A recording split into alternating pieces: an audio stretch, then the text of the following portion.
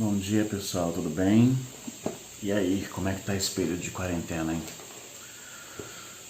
É difícil, né? Mas a gente vai superar isso daí e logo logo a gente vai estar de volta.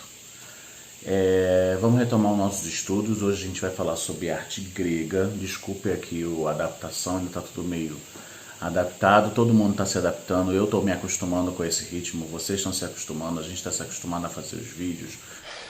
Você filma e fala, você é o bichão mesmo, hein, doido? Né? Nada substitui o nosso contato direto, mas é o que temos para o momento e vamos aproveitar esse momento. Aproveitar e colocar em dia, né, tudo aquilo que a gente queria fazer e não fazia por falta de tempo. Né, João? Porque não dá pra ficar em casa só jogando videogame, né? Dá! O tema de hoje a gente vai falar sobre a arte grega, dando continuidade aos nossos estudos. E eu vou colocar aqui para vocês, porque não é só vocês que pagam o mico não, tá? Então eu vou colocar o meu mico aqui, ó.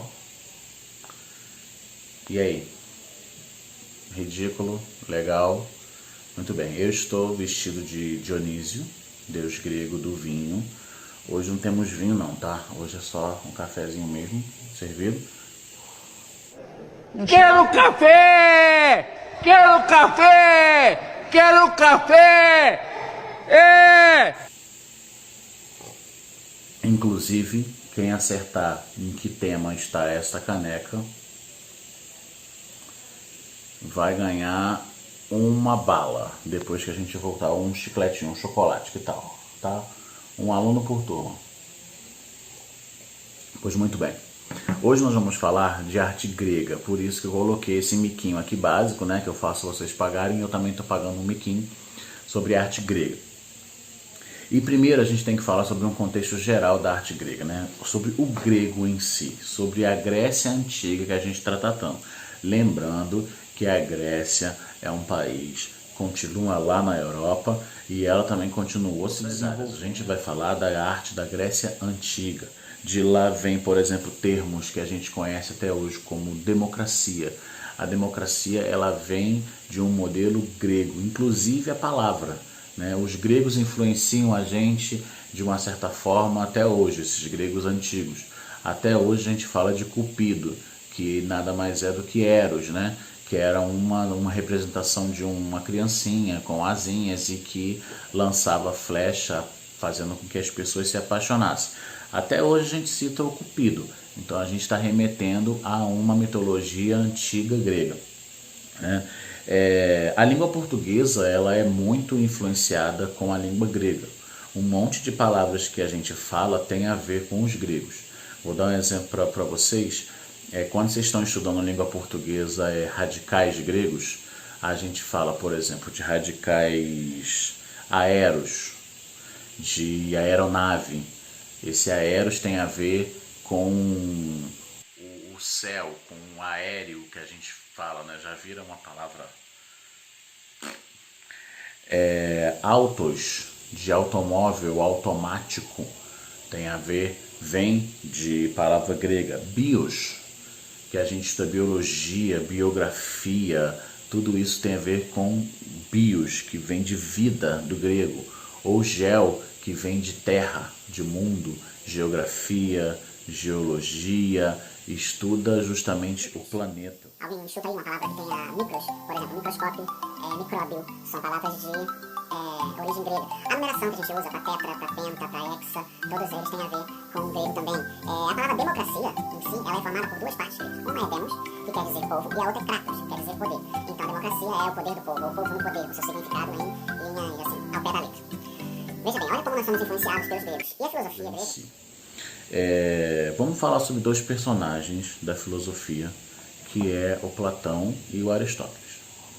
Professores de filosofia, se eu cometer algum erro aqui, por favor, intervenham e façam as colocações de vocês. Platão, um filósofo grego, que ele acreditava que nós vivíamos num mundo que era como se fosse uma cópia do mundo superior, que existia um mundo superior e esse mundo era o mundo das ideias, o mundo onde tudo era puro, tudo era Platão. É atribuído a ideia que se fala da estética. Apesar da gente pensar que estética ela está ligada à beleza, né? Quando a gente fala, vou fazer um procedimento estético, você procura algo para embelezar. A palavra estética, ao pé da letra, ela está relacionada com a percepção dos nossos sentidos. Então, o que a gente está vendo, exatamente como as coisas são, está relacionado com a estética, com a percepção, com o cheiro, com o ouvir, no cru, né? No seu sentido puro. Isso está relacionado à estética. Claro que ao tempo a gente vai associando a estética ao belo, mas não é uma associação direta. A palavra estética em si está relacionada à percepção. E a outra é a poética, que está relacionada ao Aristóteles, que é um outro filósofo, e que ele está com uma relação um pouco mais relacionada às coisas humanas. Não precisa ser só exatamente o jeito que a gente está vendo. As coisas podem ter o seu caráter um pouco mais ligado à beleza, à preparação, né? Vou mostrar para vocês aqui 2 fotos para tentar tornar isso mais fácil. Vou mostrar uma foto que está relacionada com a estética, do jeitinho que a gente vai ver, e depois com a poética, com essa relação de embelezamento, vamos botar assim. Então a primeira foto vai da estética. Ó, uma foto, eu estou tomando um banho de chuveirão, ó a tarjinha aí, né? Então tô aí, simplesmente a foto capturou do jeito que a imagem está. O lugar já é um lugar muito bonito, mas eu estou aí simplesmente tomando um banho de chuveiro. Aí a gente vai aplicar, além da estética, da percepção crua que a gente está enxergando, a gente vai aplicar a poética aí agora. Olha como modificou, né? Um corte, um tratamento da cor, você cria um outro contexto com a questão da poética. E isso está muito relacionado à arte grega, porque tanto eles eram muito ligados ao material em si, como também a sensação que aquilo vai trazer para além do sentido. Não é só ver, é ver de uma forma mais agradável, bonita, tá bom? E nesse sentido, né, de inspiração para esse momento gostoso que a arte proporciona para a gente tem as musas. Nós somos as musas, deusas das artes e proclamadoras de heróis. Heróis como Hércules. Querida, você quer dizer músculos? Eu queria fazer um balanço legal. A nossa história, na verdade, começa muito antes de Hércules, há muitos milênios. Da escultura. E eu vou mostrar para vocês uma obra fantástica que está no Museu de Belas Artes aqui no Rio de Janeiro, ali do lado da Cinelândia, do Teatro Municipal. Essa obra, ela chama Alegoria às Artes e ela é do pintor Léon Pallier. É uma obra imensa. É uma tela que foi pintada para ficar no telhado de uma biblioteca que não existe mais aqui no Rio. Essa biblioteca já foi demolida. Imensa. Ela tem 2,97 de altura, quase 3 metros de altura, por 4,10 de largura. Ela é imensa. E ela representa as musas da arquitetura, da pintura, da escultura, da poesia e da música. Eu estou trazendo essa obra aqui para vocês darem uma olhada, para vocês verem mais ou menos a ideia da estética grega. Mas essa obra não é do período grego, ela é do período neoclássico, ela é de 1855, muito depois do período que a gente está falando da arte grega. Tá bom? Quando a gente vai falar de pintura grega, eu coloquei para vocês, ó, aqui tem esse esqueminha que está super facinho para poder compreender períodos da arte grega, os períodos com as datas. Aí a gente tem aqui em cima a pintura, tem a escultura, e ele ainda vai tratar um pouquinho aqui, ó, de arquitetura e teatro, mas a gente vai se ater aqui à pintura e à escultura, tá bom? Muito bem. A gente, quando está falando de pintura grega, a gente está basicamente falando de vasos ou de tumbas, tá? Nós somos seres que temos altura, largura e profundidade. A pintura, para eles, como eles não tinham perspectiva, ainda não era uma coisa que representasse, que tivesse essa relação com o real, então eles pouco faziam, eles tinham muito a relação com a escultura. A pintura grega está muito em vasos. Esses vasos, eles representavam, vou colocar para vocês aqui, ó, um exemplo de um vaso, que representava ou mitologias, contava as histórias da mitologia, ou também as coisas do cotidiano, coisas relacionadas aos esportes, às Olimpíadas, tá? Então eles faziam essas pinturas nos vasos. Também fica ligado nisso daí, porque essa tem uma atividade numa próxima avaliação nossa, que vai ter relação aos clipes. A gente vai falar sobre musas e sobre vasos gregos. Então fica ligado, porque isso daí vai ser pedido lá na frente, tá bom? Esses vasos, eles tinham a representação em 2D, né? Então era uma representação de perspectiva com profundidade. A gente fala quase que era como silhueta. Imagina você fazer um desenho de silhueta, colocar umas marquinhas, e aí você tem basicamente as pinturas dos vasos gregos, que tem muito a ver com o cotidiano, com Olimpíadas, com guerras e com mitologia. E é na escultura que os gregos encontram, né, o seu apogeu e grande representação de arte, porque a gente divide a arte grega em 3 períodos muito importantes. O primeiro período arcaico, que ele está em aproximadamente 800 a 500 anos antes de Cristo. A gente está falando de mais de 2.500, entre 2.500 e 2.800 anos atrás. Esse período arcaico, eles ainda está muito parecido com as esculturas egípcias, né? Aquilo assim rígido, firme, chama de kouros, que é a escultura grega ainda firme, no começo, com os membros ainda colados no corpo, parecendo uma foto 3x4, uma representação assim reta do corpo humano, tá? Depois, quando a gente passa de 500 a mais ou menos 400 a.C., a gente tem o período clássico. No período clássico, você já vê a escultura ganhando movimento. A escultura, por exemplo, eu vou colocar para vocês aí uma do lançador de disco, né? Ele está lançando o disco, está agarrado assim, e você já vê um movimento ali nessa escultura. No período clássico, a gente já vê um movimento na escultura. Se vocês repararem, sempre vai ter uma coisinha que segura essa escultura. Teve um estudo muito grande de matemática aí, de peso, de equilíbrio.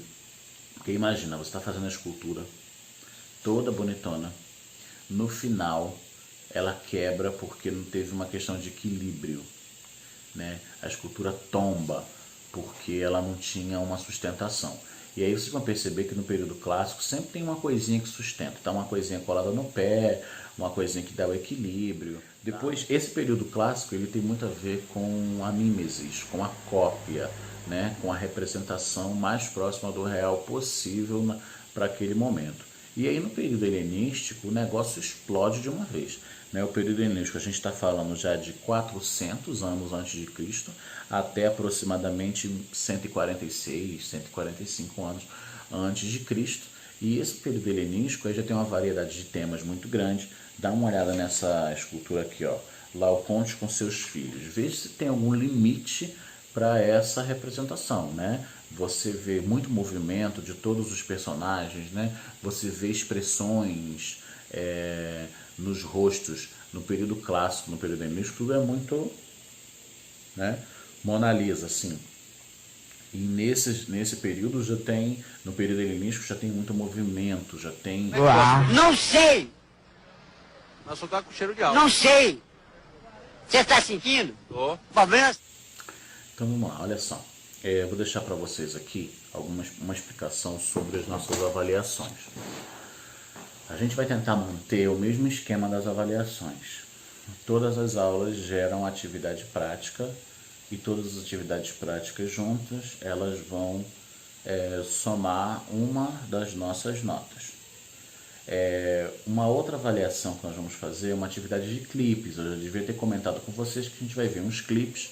Eu vou colocar essa atividade mais na frente, vou fazer umas perguntas sobre os clipes, que são clipes que estão relacionados com os períodos que nós vamos estudar.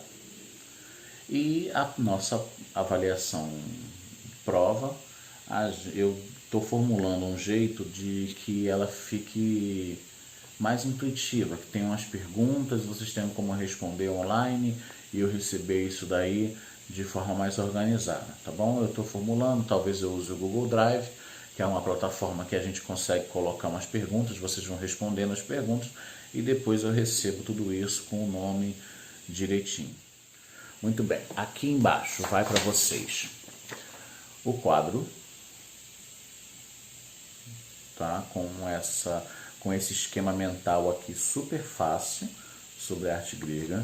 Também eu vou colocar aqui para vocês as fotos das páginas do livro, tá bom? Do livro didático que tem esse conteúdo, né? O nosso livro ele é muito pulverizado, então tem partes que falam sobre arte grega no começo, no meio, mais para o final. Então você tem essa mistura. Eu vou colocar as páginas aqui para vocês terem acesso e até darem uma olhada no livro de vocês. Uns pegaram o livro, outros não pegaram o livro, então não deu tempo de... Alguns não tem, ninguém vai ficar sem o conteúdo aqui, tá bom? E a nossa atividade prática, ela vai ser o seguinte: você vai ter que criar um vaso grego. Você vai pegar um exemplo, você vai colocar no Google vaso, então você vai colocar lá no Google assim, vaso grego para pintar. Vai aparecer um monte, eu vou colocar aqui do lado, ó. Viu só? Tem um monte de modelos. Você vai escolher um modelo simples, você vai desenhar no seu caderno esse modelo e você vai ter que criar ali dentro um exemplo mitológico. Você vai poder falar de qualquer mito. Pode ser mito grego, pode ser super-herói, pode ser folclore brasileiro. Você vai pensar em alguma referência mitológica, alguma coisa com esse deslocamento, né, do real, e você vai fazer um vaso que tenha essa representação. Vou colocar para vocês aqui exemplos de vasos. Olha esse daqui, ó, esse daqui que eu fiz, ele é um vaso com coisas relacionadas a Eros, né, que é o famoso Cupido. Então você tem o vaso com alguns corações, uma flechinha, que tem essa relação com a mitologia do Eros. Então você pode usar o que você quiser, tá bom? Pode ser folclore brasileiro, você pode fazer o da mula sem cabeça, o do saci, tá bom? Você não precisa fazer exatamente desenhos realísticos ali não. Só vou pedir para vocês colocarem pelo menos símbolos, coisas que remetam a algum tipo de personagem mitológico. Depois disso, você vai colocar na nossa atividade, você vai responder essa atividade com uma foto do seu desenho, beleza? Então tá bom, continuem seus estudos. Não tá lembrado não? Não, nunca nem vi. E o teu nome? Nunca nem vi. O teu nome também não lembra? Nunca nem vi, não. Mas tu não lembra? Nunca nem vi. Que dia foi isso? E a mulher que tá aí? Que dia foi isso?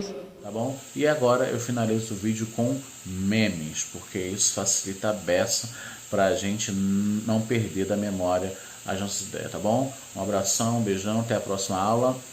Estudem, fiquem em casa.